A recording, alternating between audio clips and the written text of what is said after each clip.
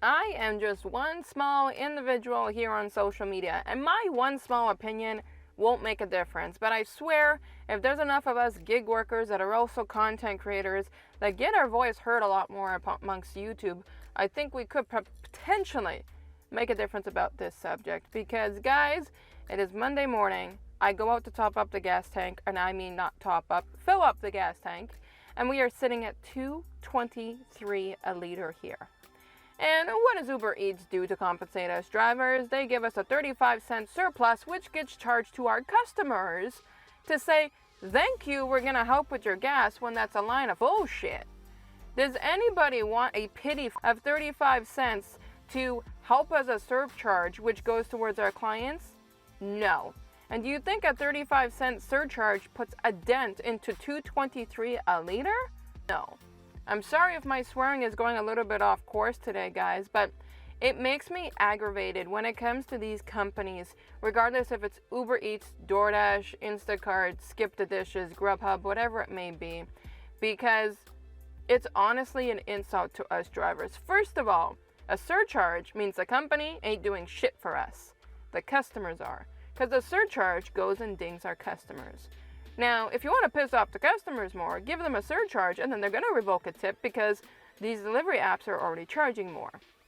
What Uber Eats needs to do in this case is they need to turn around and they need to do a mandatory that they pay us $1 top up per delivery. $1 top up is the minimum that they could be doing for these offers for us gig drivers. And for any gig worker that is a YouTuber, go ahead and make a video, and you should probably title it something similar to this, that Uber Eats needs to compensate us drivers. Gig companies need to compensate us drivers. It is such an insult to be forcing this shit onto the customers. Meanwhile, you're keeping it also at the same rate as gas prices go up. Here in Canada, we are over $8 a gallon. Take that in for a minute because it's a lot to digest. In Alberta, they're lucky enough that they're at about $1.65. Here in Quebec, it's $2.23 a liter. In BC, they're just about to hit the $2.50 mark, if they haven't already. Does that sound like something that people can maintain if they're doing delivery services without getting additional pay for it? Absolutely not. And the solution is to not go after the customers and turn around and mandate a tip enforcement or an additional surcharge.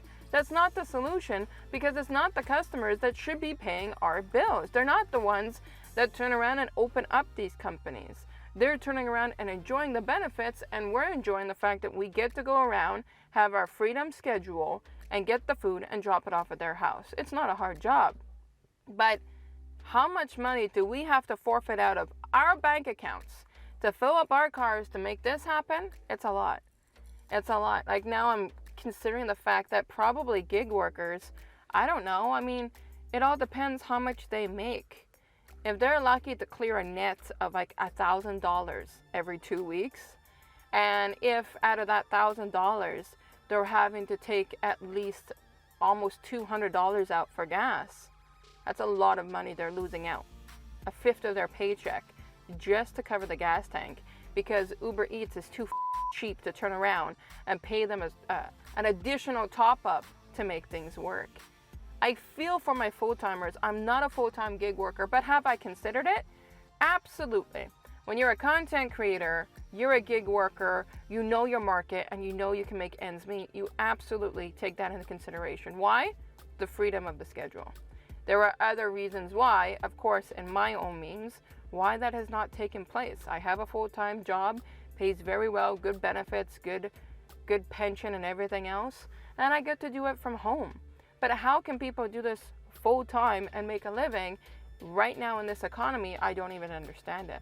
It's like even just having to go get groceries yesterday cost me $279 for things that used to cost me about $179. So it's just, everything has gone up, and I'm just so pissed off today that these companies are doing jack shit for us drivers, because it makes no sense to me.